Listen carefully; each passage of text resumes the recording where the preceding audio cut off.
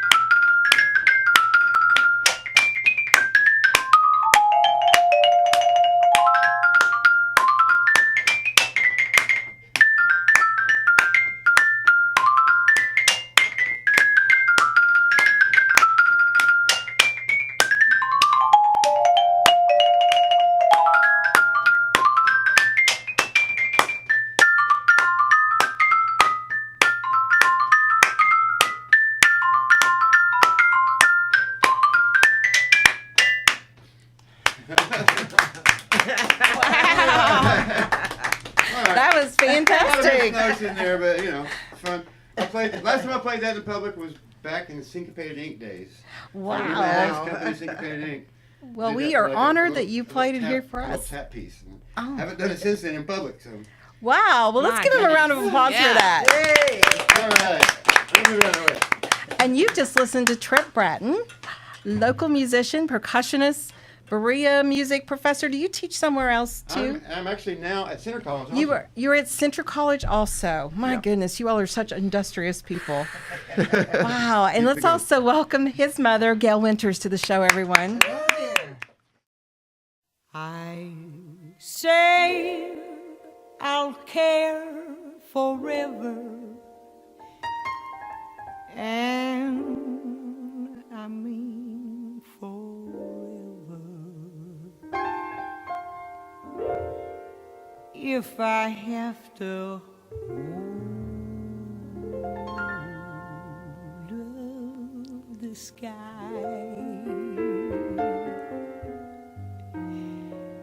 crazy, he calls me. Yeah, I'm crazy.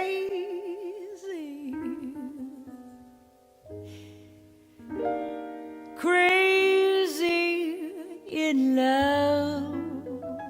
Am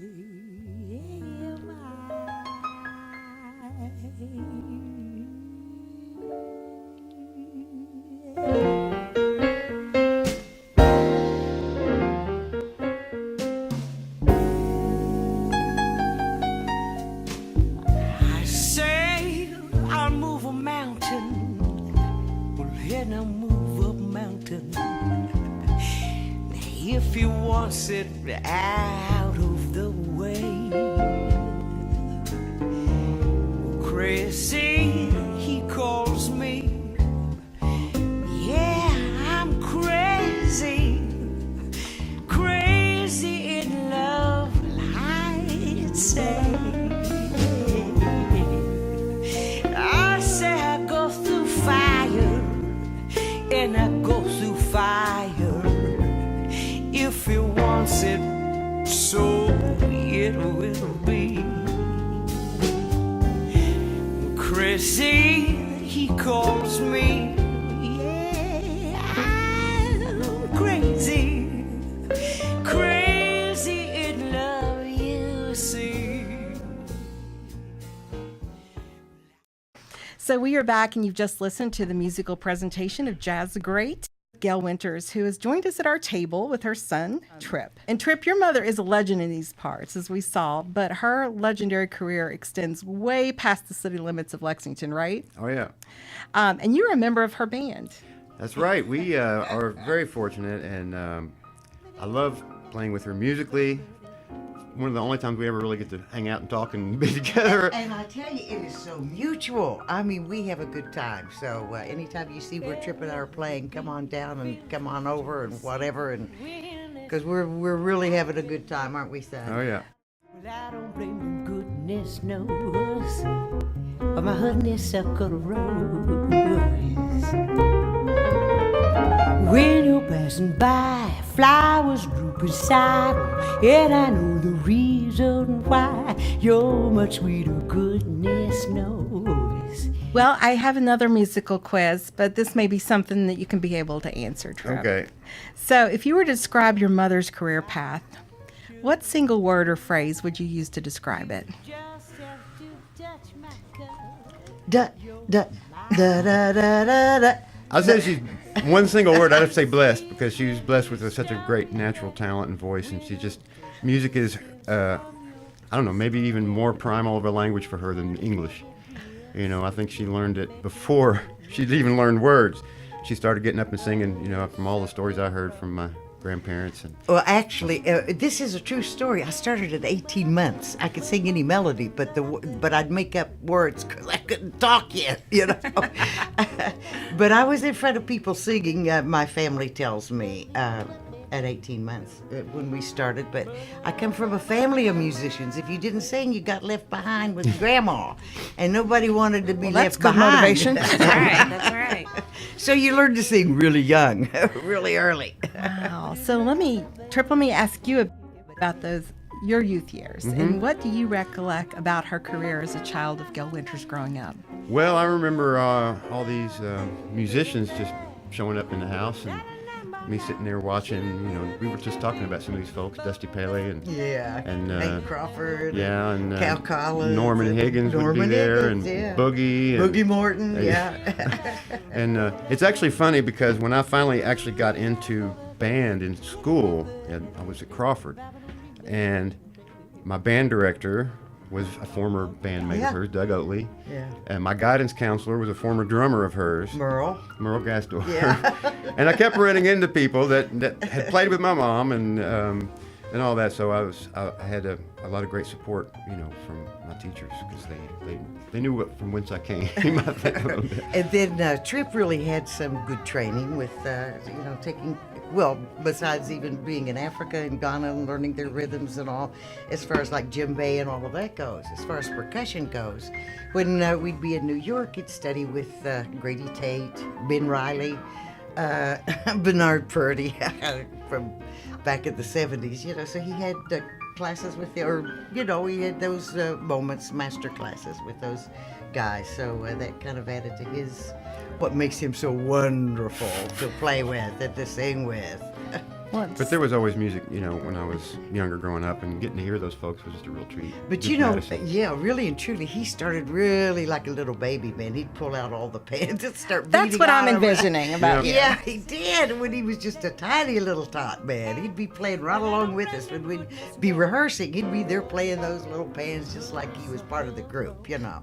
Yeah. Well, I knew Tripp during his college years, and we were at the UK School of Music together, and that's the memory that I have most of Tripp being in that lobby Oh, yeah. of the Fine Arts Building, and he was Living always there. just, even if he was in class, he was, you know, Oh, the wow. pencils were going, or the fingers, or the foot was tapping or something, and that's just, always remember, there was just always a beat going on Yeah. about you at all It just- times.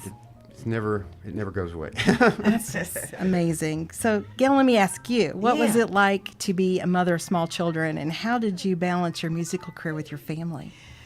Well, the thing of it was when I got married and of course had Tripp and Artie, I thought I was going to quit, making music. I said, well, the best way I can do that is be there for them all day long. When they go to sleep, I could go out and sing a little bit, and come back. We'll have paid the money and peacefully done all of that. So that's what got me started in doing it. And of course, when we were here in Lexington starting out, man, the place was rocking all over town with music. I'd be singing at the old Phoenix Hotel. I mean, it's torn down now, right? But the old Phoenix Hotel, and I'd go from there on my breaks and go down to the living room and sit in on my breaks. And then after hours, we'd go across the tracks and hear Mike, Mike Allen and Bobby Wilson and Russell Hill, in one of their clubs over there. And I mean, it was just a musical adventure here in Lexington way back when. I guess jazz is my forte, but you asked me how raising kids and doing that. But we would always talk about their music and their composing, and we had this inner conversational thing going on throughout our whole lives together. That's just the way it's been. I say I'll move a mountain, well then I'll move a mountain. If he wants it out of the way. Crazy, he calls me. Yeah, I'm crazy. Crazy in love, I'd say. And of course, talking about generational. Yes. Right? Well, of course, my mom and dad sang, and my dad was a minister, and he always said he had a praying knee and a dancing foot all on the same leg, and he and mom were singing, and then my three sisters came along, and we sang as a family. But before that, Dad and his brothers had a quartet starting in the 30s, and man, they would sing. They were singing still in their 80s. Finally, the last brother kind of, got to step into the brother that had retired's place. There were 9 of them, so there was 4. So when one would retire, the next one would be able to sing with the Schimmel brothers. And they would sit down at a table and lock into the most beautiful harmony, a cappella. And we grew up with that, I mean, it's just everybody wanted their chance at the Such center a of the fantastic room, story. Wow. Yeah. And let me ask you, Gail, as we talk about our generation today, and you're at the Overtones family table, I guess we could call it. What have you learned from Tripp, both personally and professionally, over the years? What have I learned from him? Yes. Anytime you are anywhere, you are 100%. That's what I've learned from Tripp. It's a great thought. And Tripp, what have you learned from your mother's generation and also growing up with her? Well, one of the things about my mom that I've never quite been able to do myself is just she makes friends at the drop of a hat. Like I'll drop her off at, we'll be driving and we'll let's pull up this coffee shop, and I'll let her get out and I'll go park. By the time I'm in there, she's already made friends with half the room. I go in there and it's like, oh, you know these people? No, I just met them. And all that. And so she is just so wonderful with people, and she just makes friends and is so trusting. I mean, she lived in New York City, Manhattan for all those years, and still she just trusts everybody. And she just makes friends, and it's so easy. She just feels like best friends with somebody 5 minutes after they meet. And I just wish I could have. I wish I could do better at that. But I think an element of that has made me maybe a better teacher. Oh, so, because I mean, I'm not quite as gregarious or whatever as you are, but I think I did pick up that feeling of being with everybody. And Tripp, you're going to play something else for us, right? Yeah, this is a little more up what I do regularly. Okay. This is I'm gonna play a little djembe, and Mom mentioned that I've traveled a little bit. I went to Suriname in 2003 with Aminata Baroudi, who's a wonderful dancer. She was involved with syncopating that I mentioned earlier. She's now in the Netherlands, but she's from Suriname. I went there with her, and we had a dance group, and we did this exchange program where we would teach them some of the stuff that we knew, and they would teach us some of their local traditional music. So I'm going to do a little piece here. This is from Suriname. It's called Isa.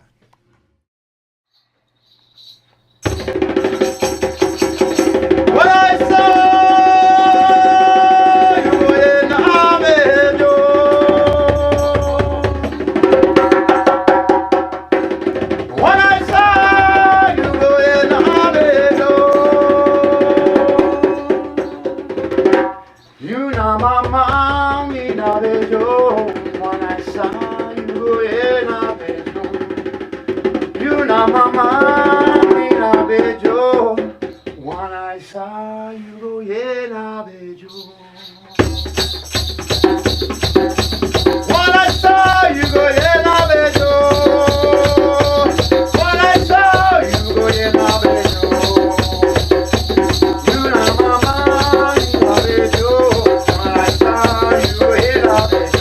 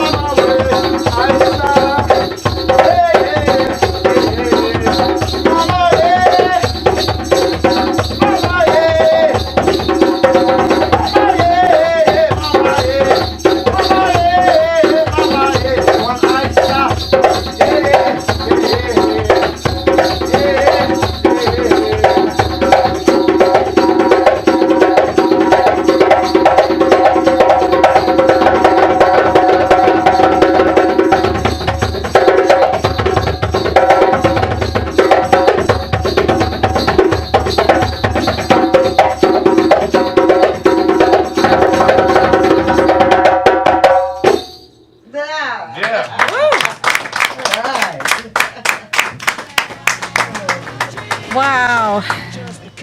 We've just had such a musical treat here, haven't we? And we have much more, and we will return after the break.